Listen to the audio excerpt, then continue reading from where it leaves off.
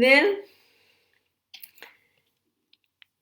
y poner el temporizador de 10 minutos. Continuamos con que sé en qué lugar estás. Sé en qué lugar está tu hijo que atraviesa el proceso biológico que llamamos cáncer, tu esposo, tu compañera, tu madre, tu papá, tu amigo, tu amiga o tu vecina. Realmente lo sé. Vamos a nombrarlo. Introducción. El principio del fin. ¿Cuál es el lugar en el que probablemente estás si te encuentras transitando lo que la mayoría entendemos por enfermedad? Llevo muchos años de oficio, miles de horas de consultas y cientos de pacientes. Cuando comencé a transitar la medicina, como te dije, allá por el año 1997, lo que yo entendía por enfermedad y lo que yo entendía sobre el cáncer era lo que probablemente tú escuchas.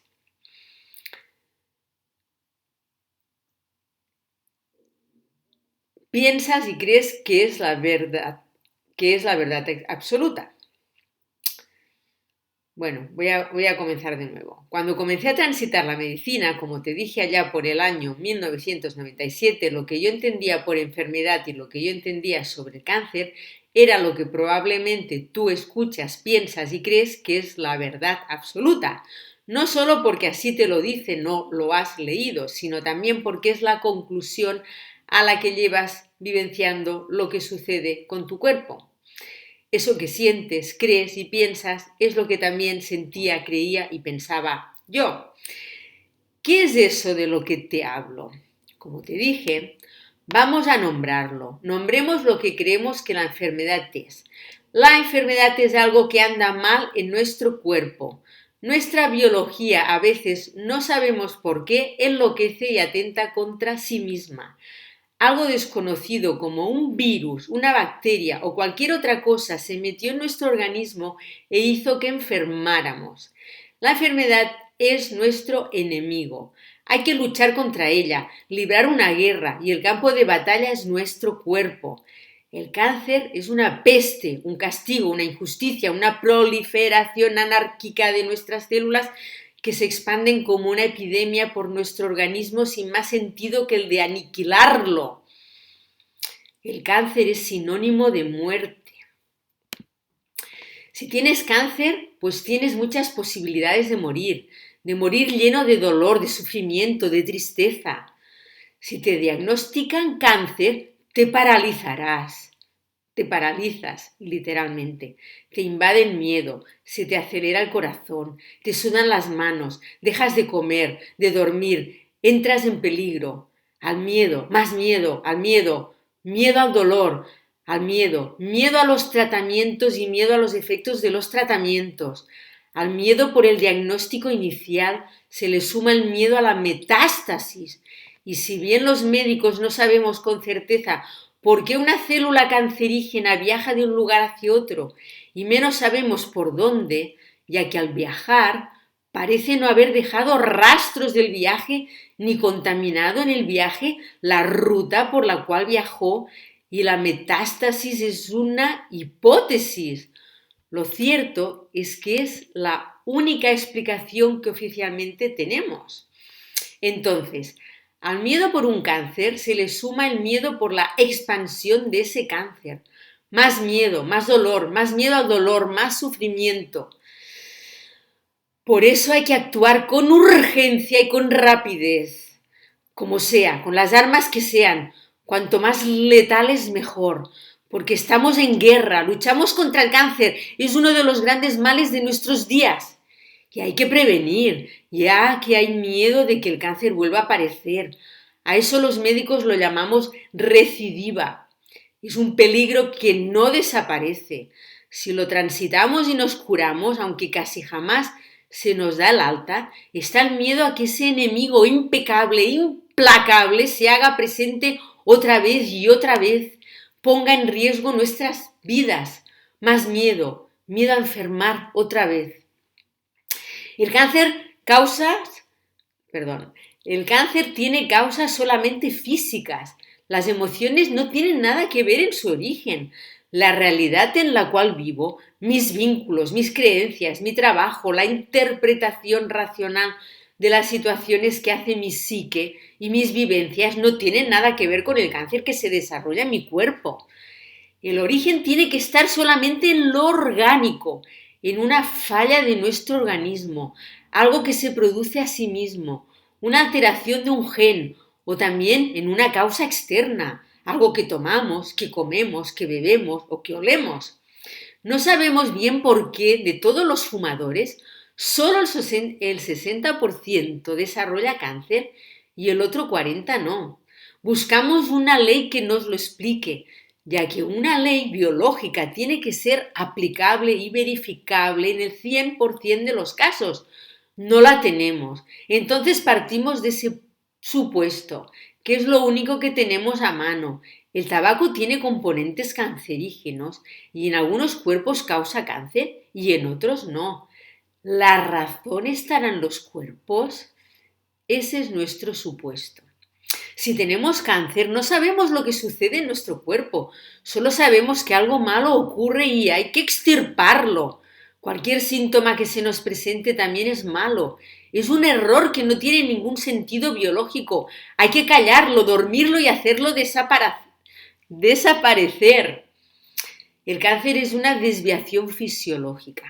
Nuestro organismo se aparta de la norma, deja de funcionar como debería y pasa a hacerlo de un modo destructivo.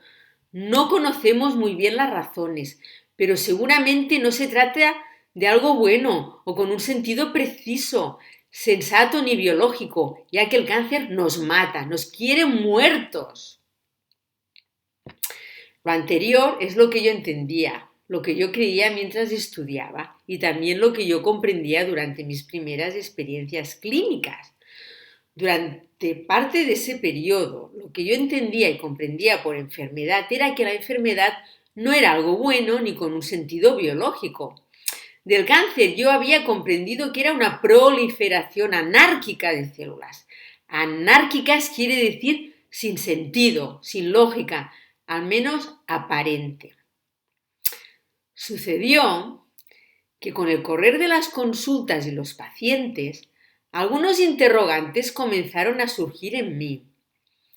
Había una pregunta que orientaba mis inquietudes, algo intuitivo que se desprendía, a su vez, de los cientos de pacientes que trataba al mes. ¿Realmente no había una conexión entre lo que esas personas estaban viviendo, sus traumas y sus emociones no resueltas, y lo que sus cuerpos manifestaban? ¿La enfermedad solo tenía una causa física? Fueron las primeras señales que me llevaban, sin que yo lo sospechara, a dar de lleno de manera consciente con el para qué de la enfermedad. Hasta ese entonces debo confesar que mi formación era exclusivamente convencional. Es más, en mi vida privada, si bien siempre fui una persona con inquietudes espirituales, no tenía incorporadas todas las dimensiones que contempla una mirada integrativa del ser humano. Esto es, tener en cuenta que no solo tenemos un cuerpo, sino que también somos ese cuerpo y que ese cuerpo físico está integrado en un ser que tiene una dimensión mental, otra emocional, otra energética y otra espiritual. Y que todas estas dimensiones se relacionan unas con otras, que unas influyen y condicionan a las otras, que por lo tanto como personas estamos condicionados y determinados en el mismo nivel y con la misma importancia por nuestra biología, por nuestra emocionalidad, por nuestra mente o psique, por nuestra energía y por nuestra espiritualidad. Y que entonces aquello que nos pasa va a tener diferentes orígenes y será necesario abordar cada uno de ellos, porque todos colaboran en crear la realidad en la que vivimos.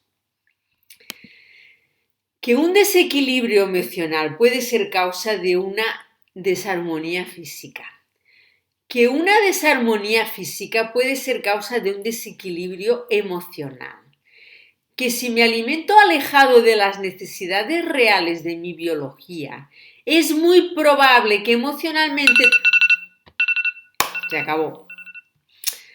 Mañana continuamos, ¿eh? Mañana viernes. Gracias por verme si me estás viendo en directo y si me estás viendo en diferido, pues gracias también. Y ya sabes, comparte este vídeo si crees que puede ayudar a más personas. Yo creo que podemos ayudar a muchísimas. Y si podemos ayudar, ya sabes que quien más ayuda recibe. Más bien te van las cosas. Bueno, yo lo hago con el corazón porque así lo siento. Me interesa muchísimo saber los descubrimientos que ha hecho la doctora Andrea Guadalupe Arosio.